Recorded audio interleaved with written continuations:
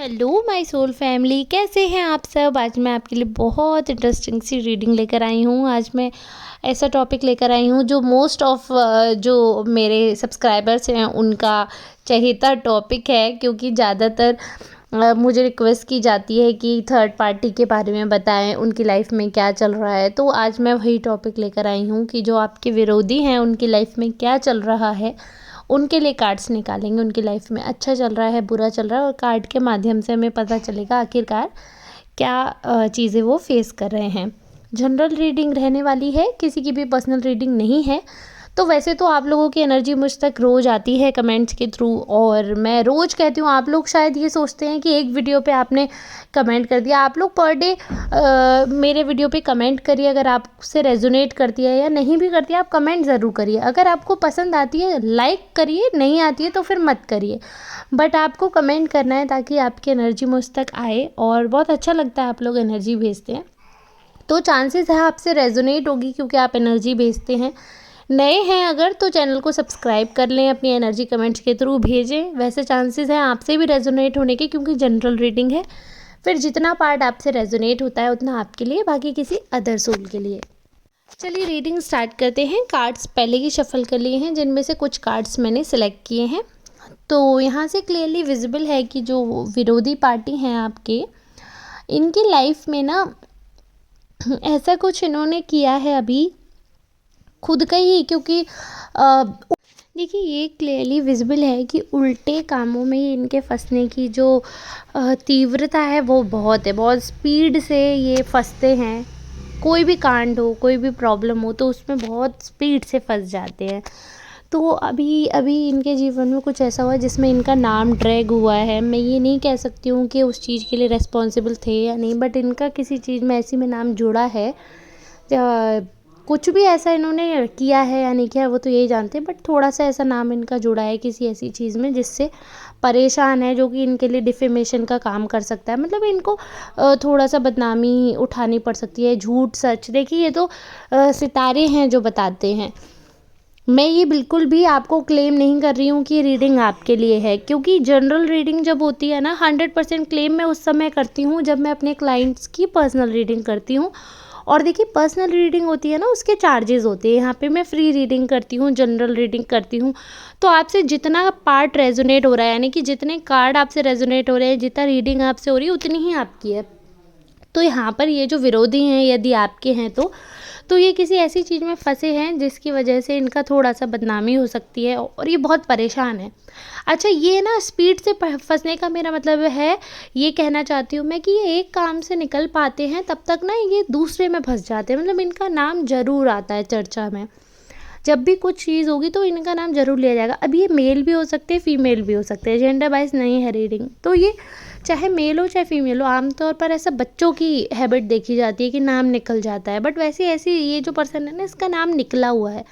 सिर्फ आपकी वजह से नहीं, और भी एंगल से अगर मैं देख रही हूँ, जैसे एनर्जी आ रही है, और भी तरीके से इनका नाम निकला हुआ है। मतलब हर चीज़ में ये फंसते ही फंसते हैं, और अपने घर में भी प्रॉब्लम क्रिएट करे। हैंगमैन का भी कार्ड है, टावर का भी। तो मतलब ये क्लियरली विजिबल है कि उल्टे काम तो ज़रूर करते हैं। इनकी बातों में भी बहुत जल्दी आ जाते हैं, इन्फ्लुएंस भी हो जाते हैं दूसरों से, और बहुत ज़्यादा ना प्रॉब्लम्स फेस कर रहे हैं अभी। जैसे और भी कार्ड हैं तो कहीं ना कहीं प्रॉब्लम क्रिएट करें। अगर मैं सारे कार्ड्स को रिलेशन में लेकर देखूँ, एक दूसरे से रिलेटेड करके आपको बताऊँ, तो क्लियरली एक स्टोरी बता रहे हैं कार्ड्स खुद में, जो कि स्टोरी क्लियरली कह रही है कि ये बहुत ज़्यादा ऐसे कांडी इंसान है। कांडी का मतलब ऐसे काम कर देते हैं, ऐसे इनकी क्रिएटिव दिमाग चलता है कि ये फंसी जाते हैं उस काम में। इतना ज़्यादा ओवर क्रिएटिव कर लेते हैं ना, कहते हैं ना अत का सियाना कौआ गू खाता है। ये अगर आपने कहावत अपने बड़ों से सुनी हो तो ये बिल्कुल सही साबित हो रही है इस इंसान पे। हर कहावत हर किसी के लिए नहीं होती, बट इस इंसान के लिए ही बनी है ये कहावत, आप ये मान लीजिए। ये जो पर्सन है ना, ये इतने ज़्यादा सयाने बनते हैं, इतने ज़्यादा मतलब एक्स्ट्रा ऑर्डिनरी पर्सन है। अपने मन में ये बहुत ज़्यादा 30 मार खाएँ, बहुत ज़्यादा शहंशाह आदमी समझते हैं ये खुद को। बट ये पर्सन ना इतने ज़्यादा सयाने बनते हैं, इसलिए इन्हीं के साथ प्रॉब्लम हो जाती है। बहुत ज़्यादा चतुर लोग होते हैं ना, उनके साथ बहुत ज़्यादा बड़ी बड़ी चीज़ें हो जाती है। तो ये बहुत ज़्यादा प्रॉब्लम में फंस गए हैं। कुछ भी इन्होंने एक्स्ट्रा चतुराई की, जिसकी वजह से इनके खुद के घर में प्रॉब्लम चल रही है। अभी बहुत टेंशन का माहौल है और बहुत ज़्यादा फंसे हुए हैं ये पर्सन। और इतने ज़्यादा फँसे होने के बावजूद इनमें जज़्बा बहुत है। मतलब अभी भी ऐसा ये ऊट-पटांग कोई काम कर रहे हैं। मतलब ये कहिए आप, अभी टेंशन में है ये पर्सन।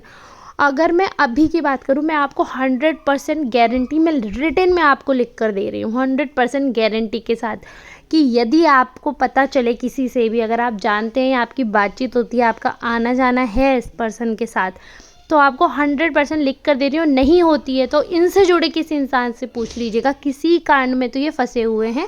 अब वो बड़ा हो वो छोटा हो वो डिफरेंट चीज़ है, लेकिन ये प्रॉब्लम में फंसे हुए हैं बहुत ज़्यादा ही किसी, और जिसकी वजह से इन्हें मानसिक तनाव बहुत ज़्यादा है, और फिज़िकल टेंशन भी हो सकती है, और लेकिन इनको मानसिक तनाव बहुत ज़्यादा यहाँ पर दिख रहा है मुझे। थोड़ा सा इनका वक्त अभी कहना चाहिए ख़राब चल रहा है। ये कहना गलत नहीं होगा कि कर्मा रिलीज़ हो रहा है इनके ऊपर, कि इन्होंने जो इकट्ठे किए हैं कर्म, अच्छे भी होते हैं बुरे भी होते हैं। कर्मा हमें भी मिलता है, कई बार हम अच्छा करते हैं तो हमें भी मिलता है, बुरा करते हैं तो हमें मिलता है। तो इनका तो अभी लग रहा है, अभी इस समय जो अभी मैं ये रीडिंग कर रही हूँ, ये इंसान के लिए काफ़ी बुरा समय साबित हो रहा है। और अभी ना एक और चीज़ होने वाली है, मतलब अभी इनका और थोड़ा सा दिख रहा है कुछ ऐसा होने वाला है और भी ज़्यादा, जिसका जो रिज़ल्ट है ये कुछ शायद पॉजिटिव सोच रहे होंगे। फाइनेंशियली इनको थोड़ा सा लॉस भी होने वाला है, शायद इन्होंने थोड़ा बहुत इन्वेस्टमेंट किया है कहीं, वो भी यहाँ पे दिख रहा है कि पैसे से रिलेटेड है, या कोई वस्तु इन्होंने ख़रीदने के बारे में सोचा है, या किसी, अगर ये शेयर मार्केट में पैसा लगा रहे हैं तो भी डूबेगा ही, क्योंकि ऐसा दिख रहा है कि यहाँ पे ना लॉस इनको फाइनेंशियली दिख रहा है, थोड़ा सा लॉस होते हुए नज़र आ रहा है। ये इंसान ऐसे हैं कि ना किसी को जब ये देते हैं तो बहुत सोच सोच के देंगे, मतलब पैसा है इन पे, बट ना अगर ये दान करेंगे ना तो दान भी गिन गिन के, जबकि कहते हैं ऐसे गिन गिन के दान नहीं करना चाहिए। आपको 10 रुपये करने हैं ना, तो आप 1 रुपया करो, लेकिन पूरे मन से करो। ये ज़रूरी नहीं है कि आप 10 रुपये करने हैं आपको, और आप सोच सोच के विचार विचार के कह रहे मैं दूँ कि मैं ना दूँ, तो उसका फल नहीं मिलेगा आपको। वो 10 रुपये ना करो जो आपके मन में खल जाएं। आप 1 रुपया करो, लेकिन ऐसे करो कि जिसके बारे में आपको 10 बार सोचना ना पड़े। तो दान जो है ना खुले मन से किया जाता है, खुले विचारों से किया जाता है। मैं ये नहीं कह रही हूँ कि आप अपनी प्रॉपर्टी दान कर दो, मैं ये बिल्कुल भी नहीं कह रही हूँ। मैं ये कह रही हूँ कि आप जो भी हिस्सा अपनी कमाई का दे रहे हैं, क्योंकि ऑब्वियस सी बात है, अगर 1 रुपया भी देंगे तो वो आपके या आपके पूर्वज का या आपका कमाया ही हुआ है। तो या फिर आपके जो पिताश्री हैं, माताश्री हैं, भाई बहन हैं, उनके थ्रू कहीं से तो इनकम आपकी मेहनत से ही है ना। तो आप चाहे 1 रुपया दें, बट ना खुले मन से दें। उसके बारे में ये नहीं कि मैं अरे ये दूँ या नहीं दूँ। ज़्यादा जब आप विचार करते हो ना तो उसका फल ख़त्म हो जाता है। या फिर गाना नहीं चाहिए। अगर आपने किसी को कोई चीज़ दे दी है, या आपने किसी के लिए कुछ कर दिया है, तो अगर आपने 4 बार वो चीज़ कह दी तो वो चीज़ ख़त्म हो जाती है, तो उसका ईश्वर फल नहीं देते आपको। ऐसे दान जब आप करते हो और अगर आपने किसी को बता दिया, कहते हैं ना गुप्त दान सबसे बड़ा दान, क्योंकि वो बताया नहीं जाता, तो इसलिए आप नेम मत, जहाँ आपको नाम चाहिए कि दान करके आपका नाम हो, नाम और शोहरत चाहिए जहाँ आपको, तो वहाँ फिर आपने दान नहीं किया ना, दान नहीं किया आपने, वो आपने एक्सचेंज किया, वो आपका वो हो गया। मतलब आपने किसी चीज़ के, आपने पैसा दिया, उसके बदले में आपको नाम मिल गया, आपको तो नाम ही करना था ना, तो वो आपने बार्टर कर लिया, उस चीज़ का बार्टर सिस्टम कर दिया वहाँ पे। वो चीज़ नहीं दान में काउंट होती है। जहाँ आपको नाम नहीं चाहिए तो आप कहोगे ही नहीं आपको नाम नहीं चाहिए। अगर आपने गरीब को 100 रुपये दिए, आपने 1000 रुपये दिए, आपने 2000, 10,000 दिए, आप कितना, आपने 1 रुपया दिया, लेकिन आप किसी से गा नहीं रहे हो, तो वो आपका दान में काउंट होगा। ये मैं आपको बता रही हूँ।